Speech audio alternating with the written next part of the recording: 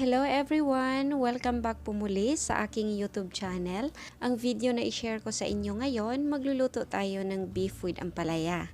So yung mga kailangan natin ditong ingredients, isang pirasong medium size ng ampalaya. Meron din tayo ditong 1/4 kilo ng beef na laman yung part, 2 tablespoon ng oyster sauce, 1 tablespoon ng soy sauce, isang pirasong large white onion, in-slice ko siya, pero hinati ko siya sa gitna. 4 cloves ng garlic, chop. 1/2 teaspoon ng cornstarch. Gagamit rin tayo dito ng 1 cup ng tubig, ground black pepper, at saka yung ating cooking oil. So ngayon, mag-umpisa na tayo.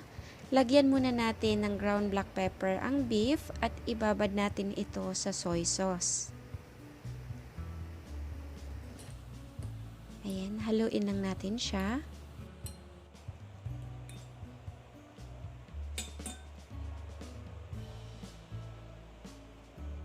Pagkatapos nito, magpainit na tayo ng cooking pot.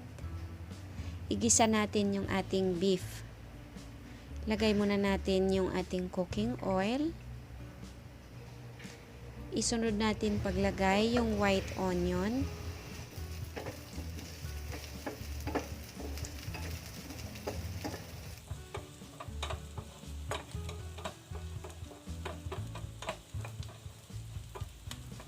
Ilagay na rin natin yung garlic.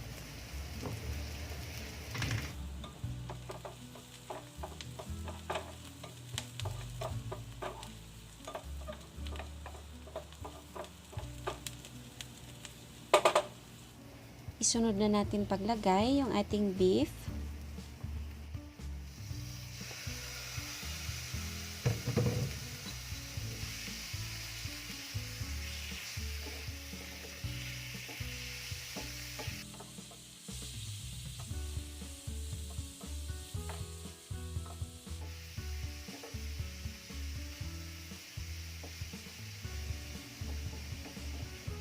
Ilagay na rin natin dito yung 3/4 cup ng tubig. Tapos takpan na natin siya. Lutuin natin siya ng 25 minutes sa low heat. Ayan, ito yung tubig na 1/4 cup na tinira natin kanina. Haluan natin to ng cornstarch.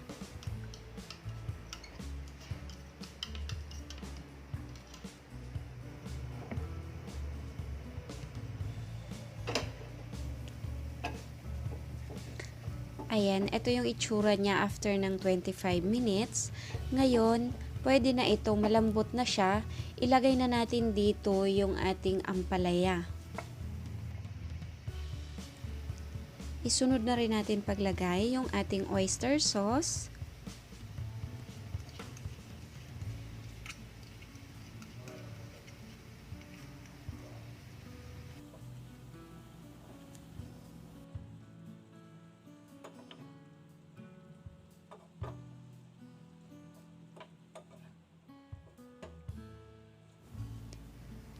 Pati na rin yung tubig na hinaluan natin ng cornstarch, ibuhos na rin natin dito.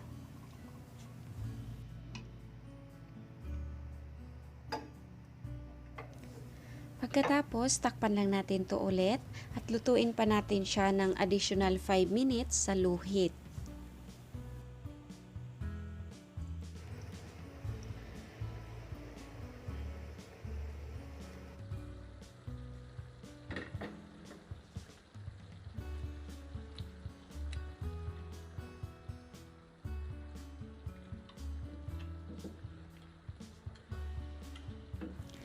Ayan.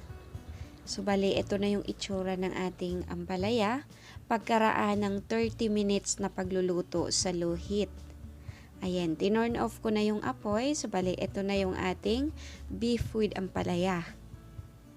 Masarap na ulam ito at higit sa lahat, masustansya din. Maraming salamat!